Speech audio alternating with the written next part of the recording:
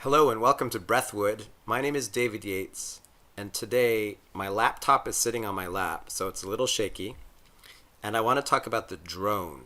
I've never done a video on just getting the basic sound aside from my course at didgeridoo.teachable.com. But I've taught the drone to so many people that I finally have some tips that I think are pretty solid. Before I get into that, one thing I want to mention is that I'd love to travel to your city and do a workshop. It takes about 10 to 20 people to commit to a workshop for a half a day, or 2 days. That's usually enough to cover my airfare and some expenses like food. And I'll come, we can meet, we can jam, and I'll teach you everything I can share in that time. So send me a private message on YouTube, visit my website at breathwood.com and send me a message there, or Breathwood on Facebook, and start a conversation about how we can meet and set up a workshop. So here's how I approach the drone. The first thing is that we need a bit of a Mona Lisa smile, pulling the corners of the mouth in here. Okay. Those muscles need time to build strength, so work on this. Pulling that in. Okay. Then relax the lips in between. You should be able to open them slightly and pull them together. I know it looks kind of funny. We need to build the muscles that allow the lips in between the corners to compress. And I just thought of a funny way of doing this. Here's a piece of stiff paper. It's bent, but there's some space between the two edges. I'm going to put those between my lips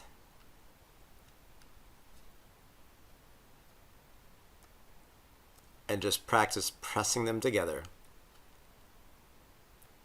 Try it very slowly and gently.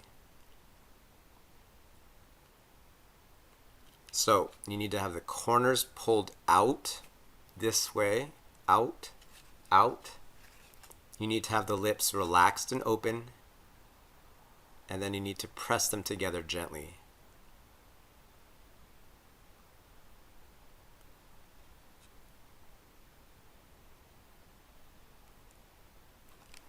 So when I go to the didgeridoo, I put my slightly open lips in the opening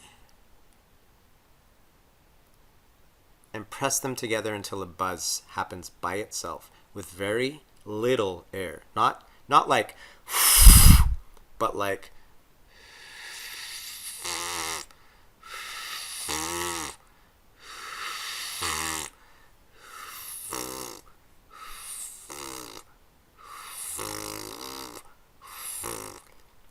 different didgeridoo sizes need a different speed of lip vibration or a different pitch. As I go from gently pressing to more tight, like a tight pressure, I get a different pitch.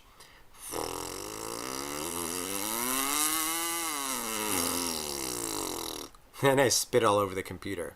You can practice this, but it's more advanced, I would say, to go from low.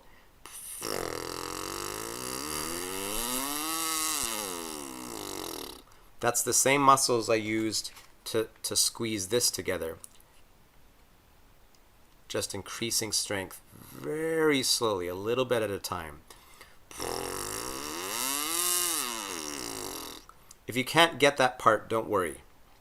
You can now skip ahead actually to the didgeridoo, because the edges of the opening help hold the mouth in place a little bit. And you can relax your lips in between, in the hole, inside the hole.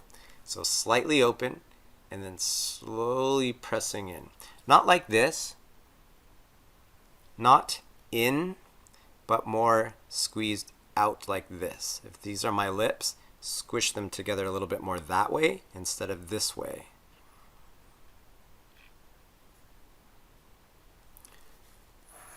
So a little bit of air, slightly open, just sounds like air. Mona Lisa smile.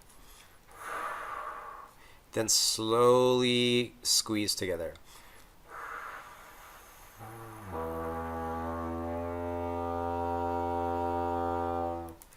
Use less air. Too much air sounds like this.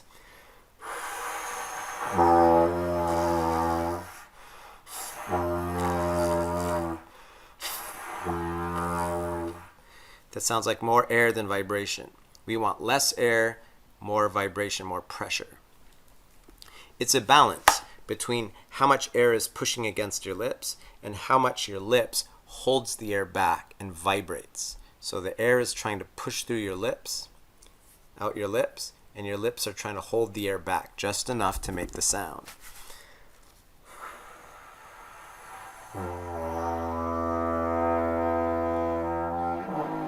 If I press together too hard, you get this sound.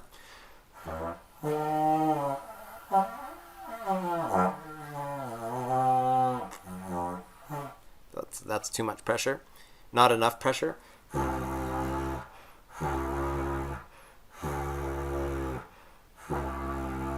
And just right.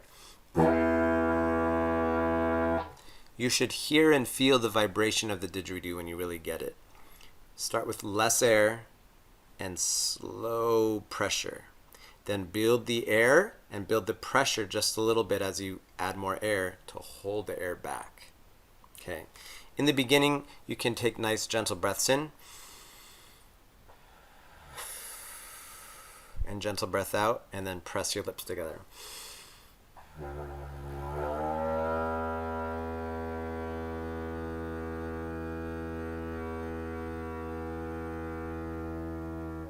If you're doing it correctly, eventually you'll be able to take long breaths and make a long note because you're not using so much air or force.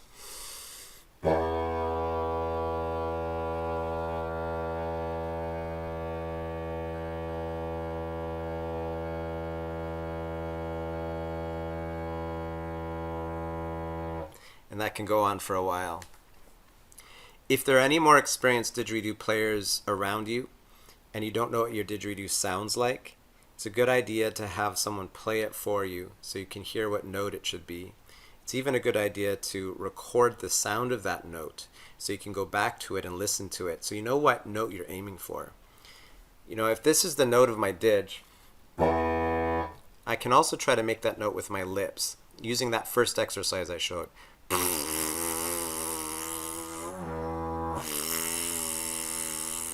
If it's a different note, or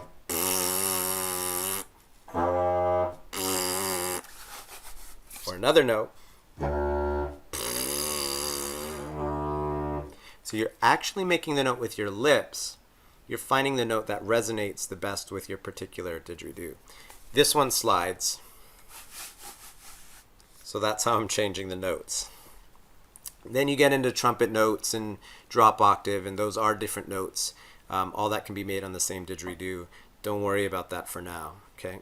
So, a few other tips. Breathe into your belly, kind of like yoga style breath. Breathe deep into your belly. Take gentle breaths in your nose. Don't breathe in your mouth, only the nose. And don't breathe in like this. Breathe in gently. Make it as quiet as you can. That will set you up for better habits later on when you need to breathe more often. You don't want to be breathing.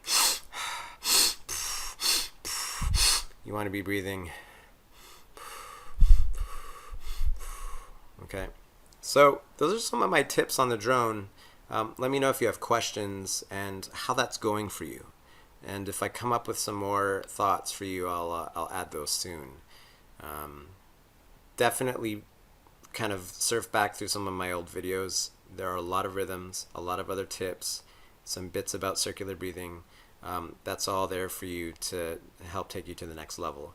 And I love hearing how it's going. I love seeing your comments. I do my best to answer all the questions you have. Breathwood on Facebook, didgeridoo.teachable.com for my course, which I'll be updating eventually, a whole new course. And I do Skype lessons, and I want to come visit you and teach workshops. So get in touch if you have 10 to 20 people who you think would be interested in that, or we can find 10 to 20 people in your country. Okay, so good luck with the drone. Happy playing, and I'll see you soon.